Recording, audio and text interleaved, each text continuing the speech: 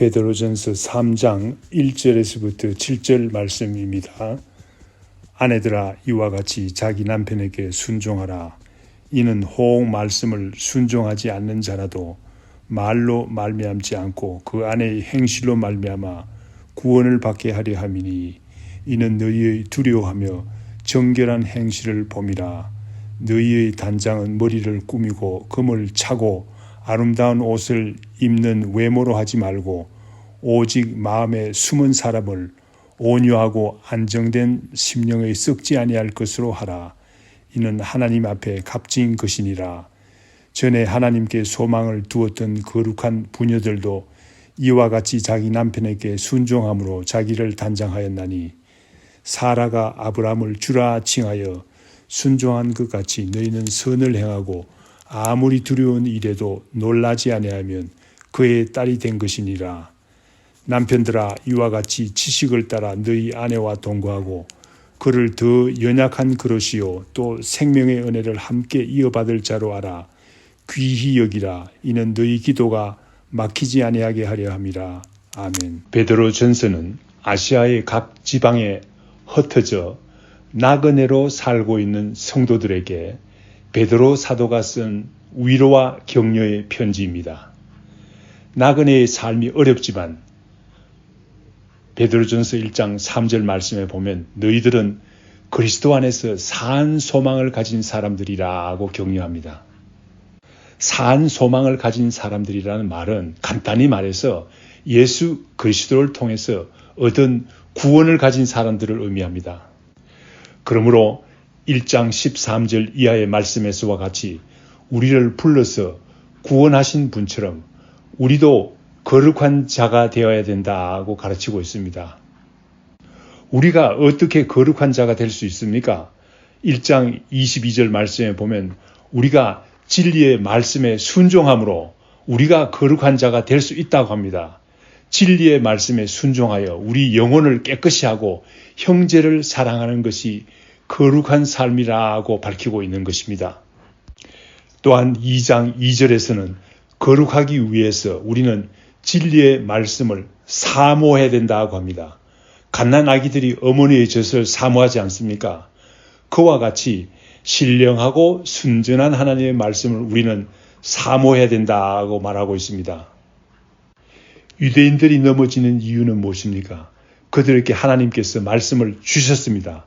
그러나 말씀을 받았습니다. 그러나 말씀에 순종하지 않기 때문이라고 말하고 있습니다. 말씀에 순종하는 사람들은 한편 어떤 사람들입니까? 베드로전서 2장 9절 말씀입니다. 그러나 너희는 택하신 족속이요 왕같은 제사장이요 거룩한 나라요 그의 소유된 백성이니 이는 너희를 어두운 데서 불러내어 그의 기이한 빛에 들어가게 하신 이의 아름다운 덕을 선포하게 하려 하심이라 라고 했습니다. 2장 11절 이하에서는 이 세상에서의 삶이 우리가 어떤 삶을 살아야 하는 것인지에 대한 가르침입니다. 간단하게 말해서 2장 12절 말씀과 같습니다. 이방인 중에서 우리가 선한 삶을 살지요. 그래서 너희의 선한 행실을 보고 하나님께 영광을 돌리게 하라라는 말씀입니다. 우리가 거룩한 삶을 살아서 하나님께 영광을 돌리게 하라는 말입니다. 그러므로 인간 사회의 모든 제도 아래서 왕이면 왕, 총독이면 총독 아래에서 주를 위해서 순종하라고 하십니다.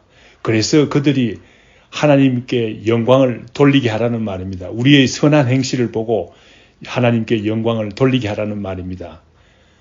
사환으로 일하는 사람들, 종으로 일하는 사람들은 두려움으로 주인에게 순종하라고 베드로 사도는 가르치고 있습니다. 오늘 우리가 읽은 본문 말씀에서는 베드로 사도는 가정생활에 대한 가르침을 주고 있습니다. 특히 3장 1절에서부터 16절에서는 전적으로 아내들에게 주신 교훈입니다. 7절에서만 구체적으로 남편들에게 주신 가르침입니다. 먼저 아내에게 주신 가르침을 생각하겠습니다. 두 가지로 나눌 수가 있습니다. 먼저 아내의 남편을 향한 태도와 행실을 말합니다. 둘째로 1절에서 2절 말씀입니다. 둘째로 3절에서 여성의 본능인 치장에 대해서 가르치고 있습니다. 본문 말씀 1절, 2절 말씀 읽겠습니다. 아내들아 이와 같이 자기 남편에게 순종하라. 이는 호응 말씀을 순종하지 않는 자라도 말미암지 않고 그의 아내의 행실로 말미암아 구원을 받게 하려 함이니 너희의 두려워하며 정결한 행실을 봄이라. 말씀과 같이 먼저 아내들에게 자기 남편에게 순종하라고 합니다. 현대 여성들은 이 말씀을 싫어하죠. 그러나 이 말씀은 천지를 창조하시고 남자와 여자를 만드시고 가정을 만드신 하나님의 말씀이 그렇게 가르치고 있습니다. 성경 말씀이 다 그렇게 가르칩니다. 사도 바울도 에베소 5장 22절에서 아내들이여 자기 남편에게 복종하기를 죽게 하듯 하라고 했습니다. 주님께 우리가 어떻게 복종합니까? 우리의 마음을 다해서 복종하지 않습니까? 그와 같이 순수한 마음으로 남편에게 복종하라는 말입니다.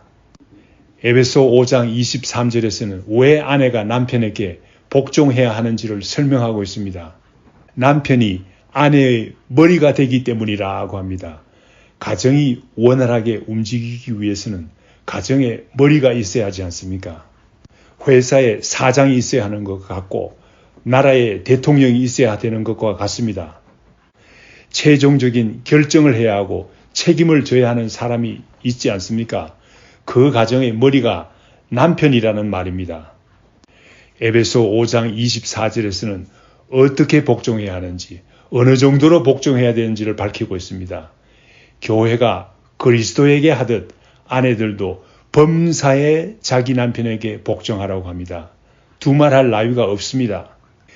이 말씀은 소위 현대 지성인들에게는 설명하기가 매우 어렵습니다.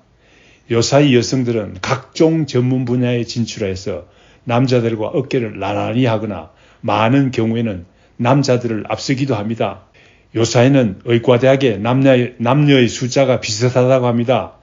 여성 전투기 조종사도 있고 여성 해병대원도 있습니다.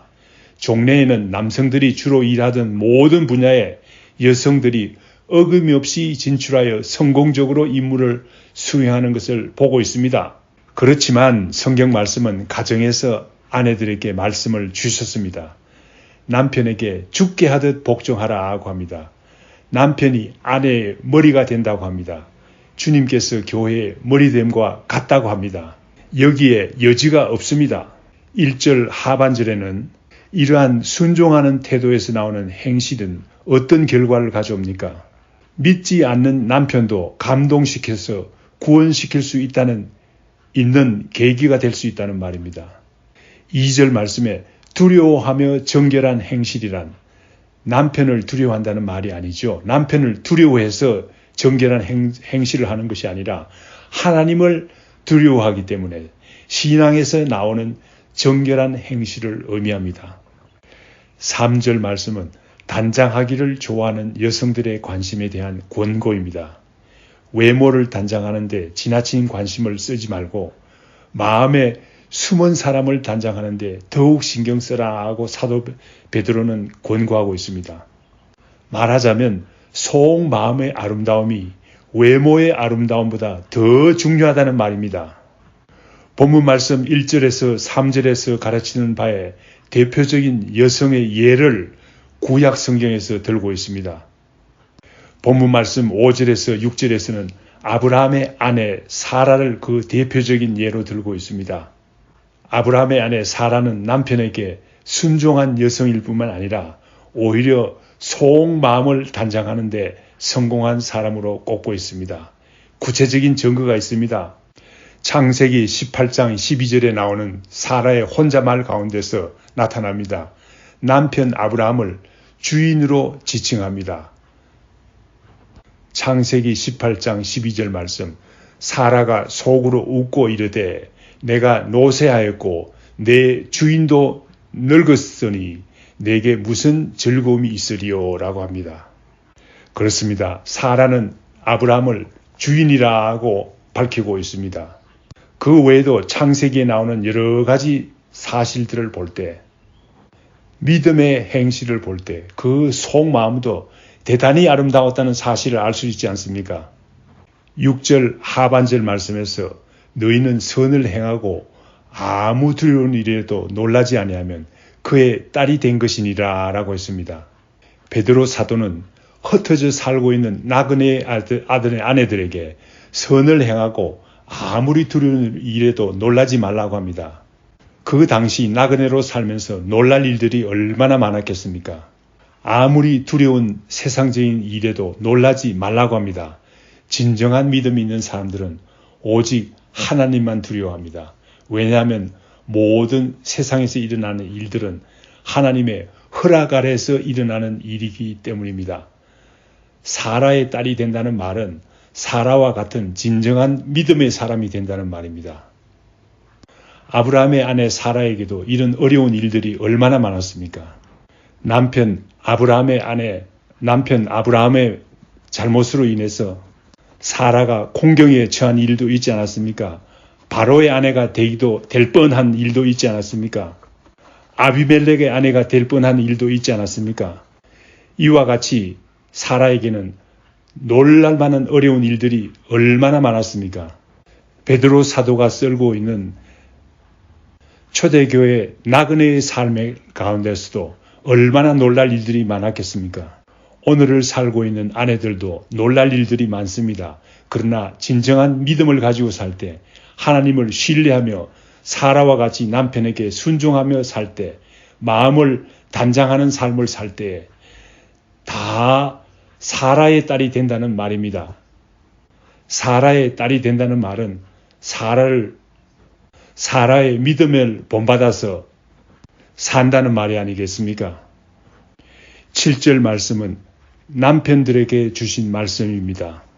7절 말씀, 남편들아 이와 같이 지식을 따라 너희 아내와 동거하고 그를 더 연약한 그릇이요 또 생명의 은혜를 함께 이어받을 자로 알아 귀히 여기라. 이는 너희 기도가 막히지 아니하게 하려 함이라 라고 했습니다. 지식을 따라 너희 아내와 동거하라는 말은 아내를 잘 이해하며 가정생활을 하라는 말입니다. 아내는 어떤 사람입니까? 전혀 알지 못하던 사람이 아닙니까? 그런데 하나님께서 짝지어 주셔서 같이 사는 사람입니다.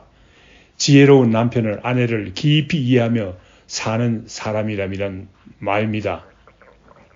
이해하고 억지로 참아주라는 말이 아닙니다. 진실로 아내를 이해하지 못하면 아내에 대한 지식이 없는 남편이라는 말입니다. 아내를 잘 알지 못하는 남편이라는 말입니다. 본문 말씀에 의하면 아내를 잘 이해하고 보면 두 가지 신비한 면이 있다고 합니다. 그 신비한 면은 다음과 같습니다. 첫째, 아내는 연약한 그릇입니다. 오늘날 어떤 여성들은 남자와 동등한 능력을 가졌다는 것을 나타내기를 원합니다. 그래서 온갖 분야로 진출합니다. 그래서 각 분야에서 두각을 나타냅니다. 남자보다 더 큰 업적을 나타냅니다. 그러나 가정에서 아내가 남편보다 연약하다는 사실은 어떻게 할 수가 없어요. 하나님께서 그렇게 만들어 놓았으니까요. 그러므로 아내는 남편으로부터 보호받기를 원합니다. 지혜로운 남편은 이 점을 잘 이해합니다. 이러한 점에 지식이 있습니다. 아내가 이렇게 연약한 존재입니다. 그러나 생명의 은혜를 유업으로 받는 일에 있어서는 조금도 모자람이 없는 존재라는 사실을 남편들은 알아야 합니다. 아내는 남편과 함께 같은 자격으로 생명의 은혜의 유업을 받을 사람입니다. 그러므로 오해나 착각이 없어야 합니다. 아내는 남편과 같이 영생을 누릴 조금도 부족함이 없는 귀한 존재라는 사실을 분명히 남편들은 알아야 합니다. 그러므로 아내를 무시하면 올바른 신앙생활을 할 수가 없어요. 아내를 무시하고는 영적인 하나님과의 대화인 기도의 문이 열리지 않습니다. 왜 그렇습니까? 생명의 은혜를 공동으로 받을 사람인데 아내를 제쳐놓고 하나님께 기도한다면 하나님께서 받아주시겠습니까? 그러므로 잠들기 전에 아내와 남편이 손잡고 합심해서 기도 드릴 때에 하나님께서 그 기도를 받아주실 줄 믿습니다. 지혜로운 남편은 이 사실을 잘 안다는 말입니다. 다 같이 기도하겠습니다. 주님 감사합니다. 우리는 주님께서 십자가에 흘리신 피로 인해서 사한 소망을 가진 사람들이 되었습니다. 사한 소망을 주신 하나님 아버지와 우리 주님 예수 그리스도께서 거룩하심과 같이 거룩한 삶을 살기를 원합니다. 주님의 거룩하신 말씀대로 살기를 원합니다. 남편과 아내로서의 삶도 주님의 말씀대로 살기를 원합니다. 세상에서는 현대적인 아내는 이런저런 대로 살기를 원하지만 우리는 주님의 말씀대로 살기를 원합니다. 주님의 말씀이 가르치는 대로 살기를 원합니다. 남편에게 순종하는 마음을 주시옵소서. 남편이 부족하지만 남편에게 순종하는 마음을 주시옵소서. 또한 마음속에 단장을 외모로 단정하는 것보다 더 중요하게 하기를 원합니다. 주님께서 주신 아내를 진실로 이해하는 지식을 주시옵소서. 연약한 그릇이지만 생명의 유업을 함께 받을 자로 분명히 알게 하옵소서. 예수님의 이름으로 기도드립니다. 아멘. 하늘에 계신 우리 아버지여, 이름이 거룩히 여김을 받으시오며 나라의 임하옵시며 뜻이 하늘에서 이룬 것 같이 땅에서도 이루어지이다. 오늘날 우리에게 일용할 양식을 주옵시고 우리가 우리에게 죄 지은 자를 사하여 준 것 같이 우리 죄를 사하여 주옵시고 우리를 시험에 들게 하지 마옵시고 다만 악에서 구하옵소서. 대개 나라와 권세와 영광이 아버지께 영원히 싸움나이다. 아멘.